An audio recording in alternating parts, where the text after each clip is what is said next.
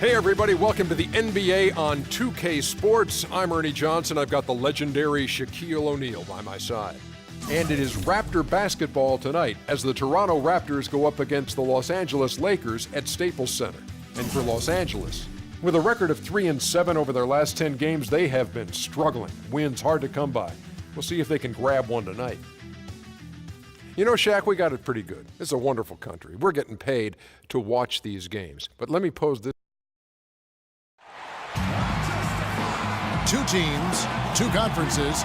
It's a road game for the Raptors in this one. Thanks for joining us, everyone. It's the NBA on 2K Sports. I'm Kevin Harlan. Here with me today, Clark Kellogg and Steve Kerr. This game marks the end of this stretch at home for the Lakers. Back on the road tomorrow. Challenging part of the schedule, and this is where they need to buckle down and take care of business. Yeah, and they're in the middle of a tough stretch of games they've got coming up. I mean, they're excited about it, and it's going to serve as a real benchmark for them, finding out exactly where they stand in the league.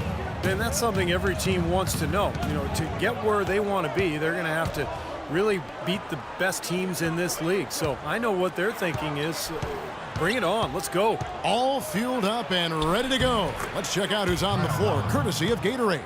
So for Toronto right now, Lowry and Ross pairing up in the backcourt. Amir Johnson at the 4 with Valanciunas at the pivot. And it's Johnson in at the small forward. Valanciunas, a young big man with some offensive promise. He can score on the left block. He's developing a nice touch from mid-range. Very intriguing player with that size and skill set. Now here's Ross following the miss by Kobe Bryant. Outside Lowry. On the wing, Johnson. That falls. Nice feed that time from Kyle Lowry. Perfect screen there. Set him up with a nice look. Poor job by the defender to not fight over or around that screen. Bryant drives in. The rebound by Johnson. That's what they call the $1 million move with the 10-cent finish. Ross passes to Lowry. Ross sets a screen for Lowry. Shot off the screen. Can't hit. He got the shot he wanted off that pick, just couldn't get it to fall. But Steve, they'll take that play all day long, 10 times out of 10. That was good action. Kobe kicks to Price. Trains the three-pointer. Price has got his first 3 points of the game. Now they finally connect with their 4th shot of the game. Now the pass to Ross. Johnson sets the screen for Ross. The rebound by the Lakers. They defeated Indiana in their last game. And they played outstanding team defense in that win, Park. Nobody got stuck on an island. Everybody was helping. Great rotations. It really looked like they were together in that game. Yeah, and even when they were rotating different players in and out, Steve, I thought their communication was 5-star and the teamwork was very strong. Davis against Johnson. Clock at 6. Pulls up. And again, Toronto no luck. Well, he's been trying to add that mid-range shot to his arsenal, but it still isn't there. Here's Bryant. Again, the Lakers. He should thank the defense for those 2 points. Really, nobody paid him any mind there. Raptors trail by 3. They could use a big shot here to get this offense going. Sure could, Kev. I mean, too many empty trips. They need some points. Lowry dishes to Johnson. Back to Lowry. Kicks to Johnson. Pass to Ross. Fades. The shot is off. Los Angeles leading by 3. Great offensive performance they're putting on. You see the benefit of knocking down baskets consecutively because it leads to the confidence growing and growing, doesn't it, Steve? It sure does, and now it's to the point where they just feel unstoppable. Well, we all know the Lakers in transition. Ownership passed down to the next generation in early 2013. And for the first time in LA, Clark, a bit of uncertainty in that leadership situation. Yep, a few cracks starting to show their partner, Laker great Magic Johnson, airing his concerns with some of the decision-making. Disharmony, not quite sure of who's going to run things, some injuries as well. Just a lot didn't go the way the Lakers had hoped or wanted it to.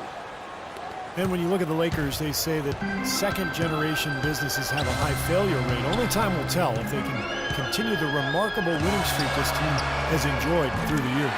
Johnson, good. good open look, and he splashes home the three.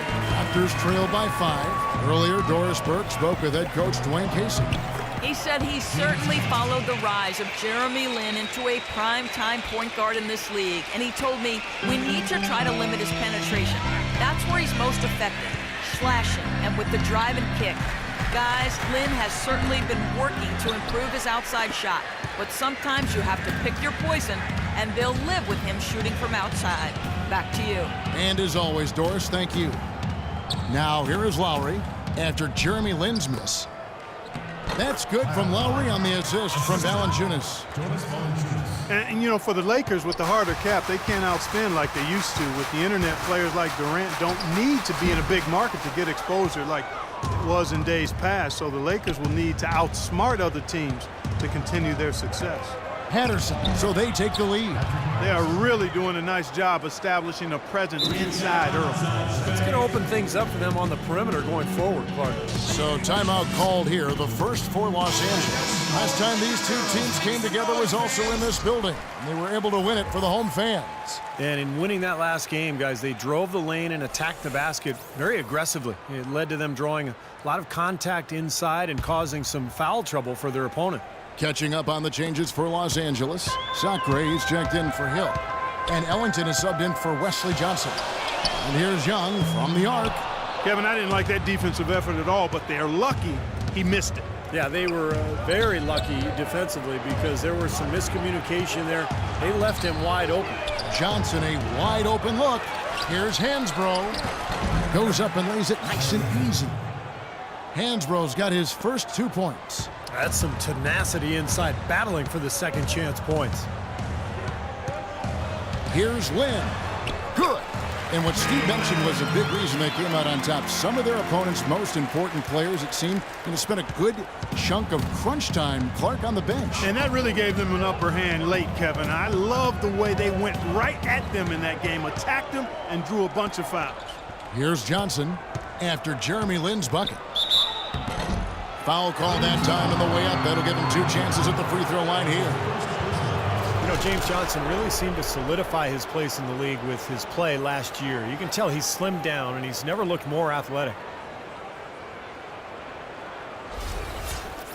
And Johnson in great shape, able to play that hustle role. And he's one bad man, Kevin.